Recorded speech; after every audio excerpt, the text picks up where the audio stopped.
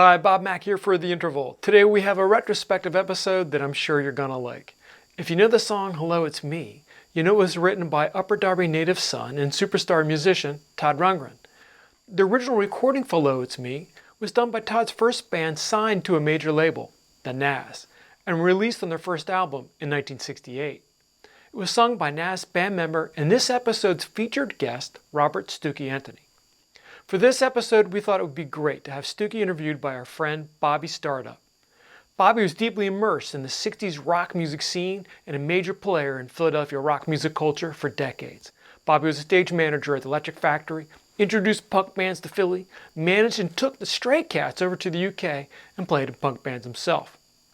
Keep on watching to see Stewkey share with Bobby his incredible story of joining the Nazz, all due to his car breaking down in suburban Ardmore. A breakdown that changed Stewkey's life and rock music forever. Tonight, we have an in-depth interview with Robert Antoni, better known by everybody as Stewkey. How you doing, Stu? I'm great. I'm great. Yeah, this So is is Robert. great. It's wonderful seeing you again.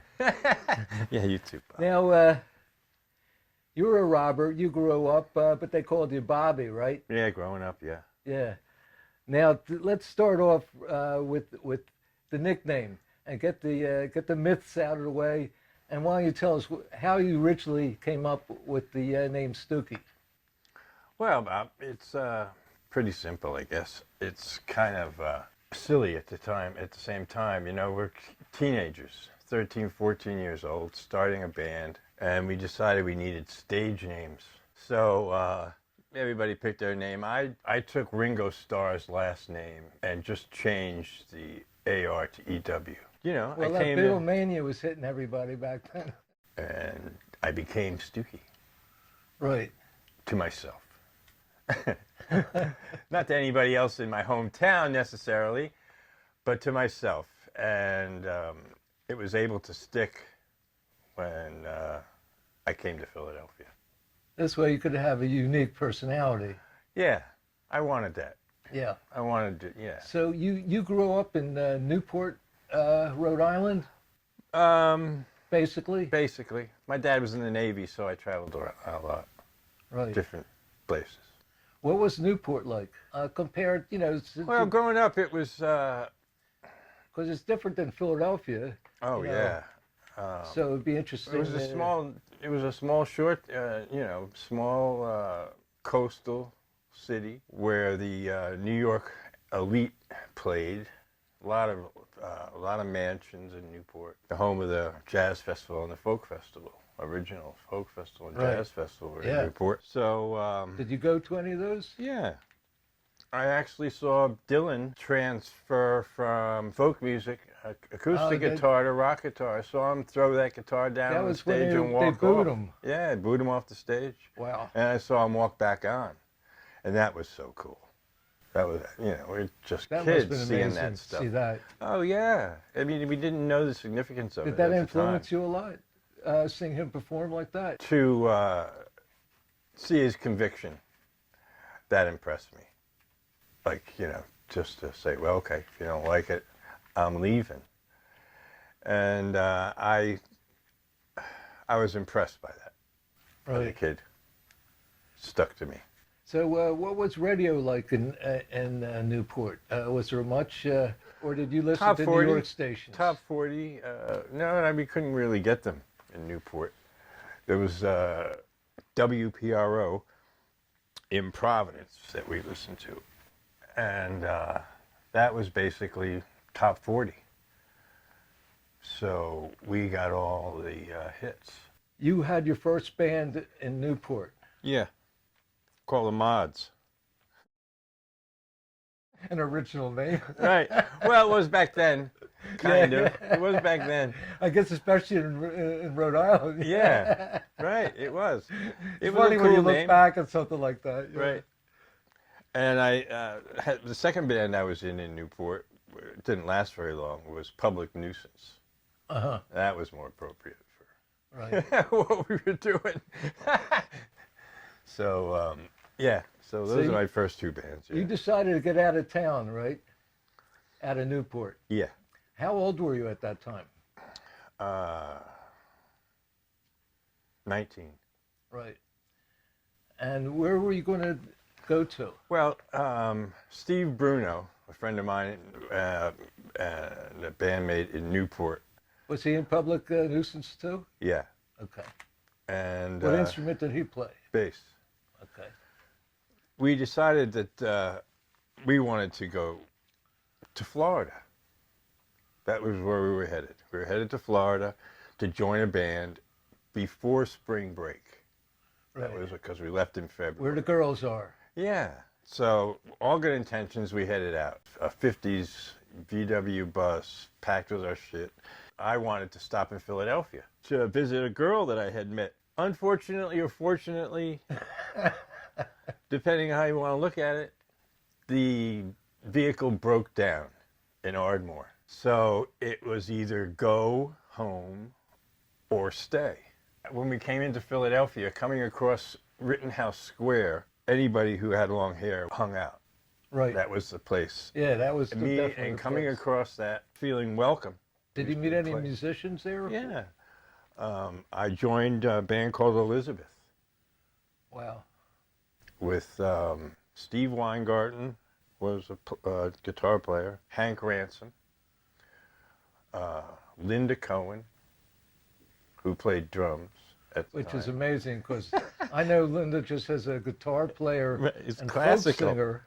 You guys actually formed the original band, right? Elizabeth, yeah. The time frame is weird. Like if you think of all the time as a whole, it was really only 4 years, or even less than that, to where Elizabeth happened, Nazz happened, recordings happened, England happened, and it was all just so quick. So I guess I was with Elizabeth from, say, March to June of '68. Then I met with Todd, Nazz formed, and by the end of '68, we had recorded the first record already. So within a 7-month period, Nazz happened, Jack Warfield happened, the Doors concert happened, New York management happened, and recording the first record in LA. that must have been a lot to take in for a 19, 20-year-old. Yeah, I mean, that's why to me it seemed like we were together much longer than we were. To me, I don't know if that makes any sense. But a lot happened, yeah. Now, Todd and Carson were both in Woody's Truck Stop. How did you and Todd hook up? Well, I was in Elizabeth, and we kind of had like a residence at 2nd of Autumn. Uh-huh. They let us rehearse there. That was on Sansom Street, Right. 2000 block Sansom. And Todd just approached me outside the 2nd of Autumn one night and asked me to come sing with his band. And he expressed the type of music that he wanted to do, which was more British style blues rock. That was me, right? That's what I really wanted to be. I wanted to be a frontman in a rock band.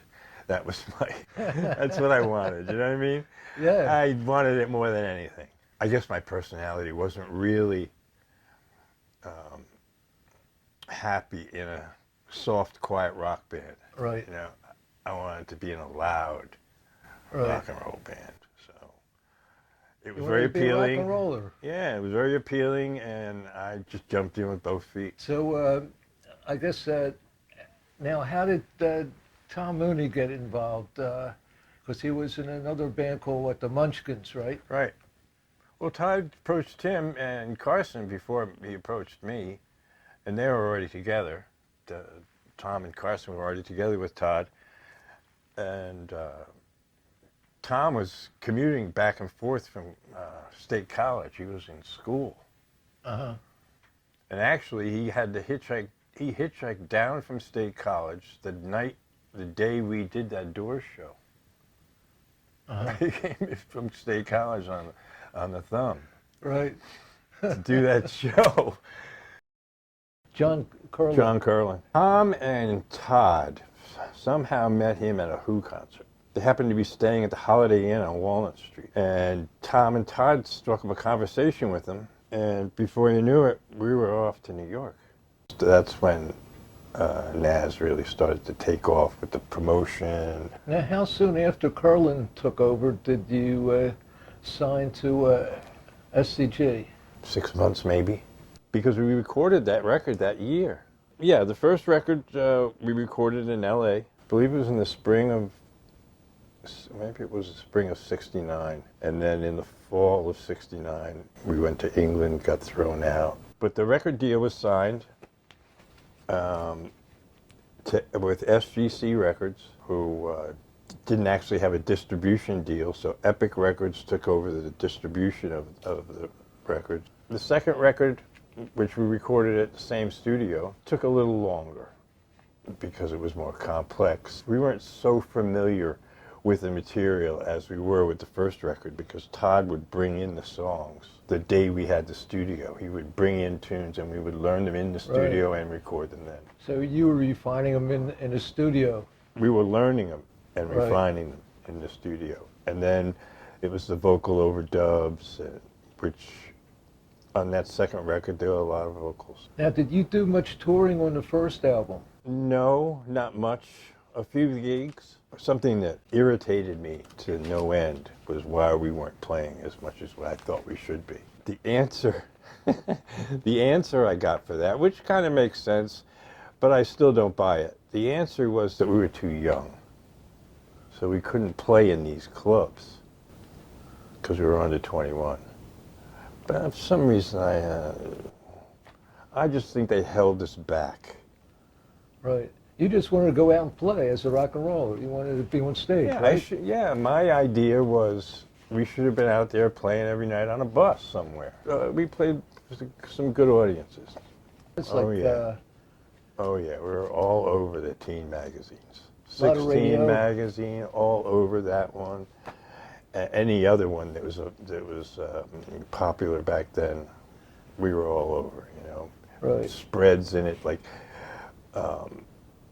There was Here Come the Nazz spread, where they had bios of each band member, you know, and they asked us what our favorite color was and what we like to eat. And Back then, bands didn't have that kind of control. no, I mean, everybody wanted to, everybody was following that big guy with the cigar. I'm going to make you a Yeah, star. everybody just wanted to be a rock and roll star, and that's all they cared about. And Exactly. the record companies just I know, took I advantage felt- of everybody. I felt the same way.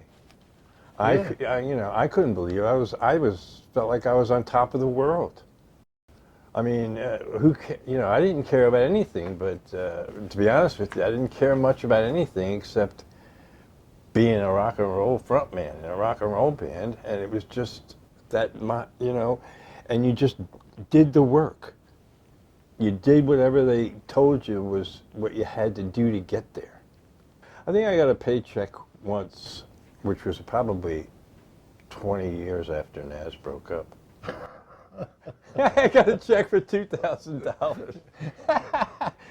The record company is still taking advantage of you. Oh yeah, I mean, the management, the Nazz management, they just borrowed so much money that's all we did was pay it back. Yeah, well, they don't. The record companies, when they sign you, don't tell you that the limousine they're sending for you and the dinner they're doing in this is coming out of your Right. royalties. And the mint on the They pillow don't tell you that all that stuff is costing you recoupable. $50. Yeah, but it was a different time. It's just a completely different time. And I felt very fortunate. I felt very, like I said, felt like I was on top of the world. Like here I am, 19, walking out of a small town. All I wanted to do was be a professional baseball player. And here I am now, I have this other dream of being a rock and roll star, and it's laid in front of me. 2.5 year period, all of this shit happened. Do you think there will be a time when you and Tom can still get back together and do some things? Years are going by quickly. It's always a possibility, right? Right. Something, yeah. All the stars would have to kind of align. It would just have to somehow organically just kind of happen. First, I'd like to say that I'm honored that you guys have asked me to be your opening guest. Just thank you. And I hope that, I hope it comes out right. I hope it's all good. And I want to thank you, Bob, for Sure. sitting there asking It's been me a all these pleasure and an honor, really.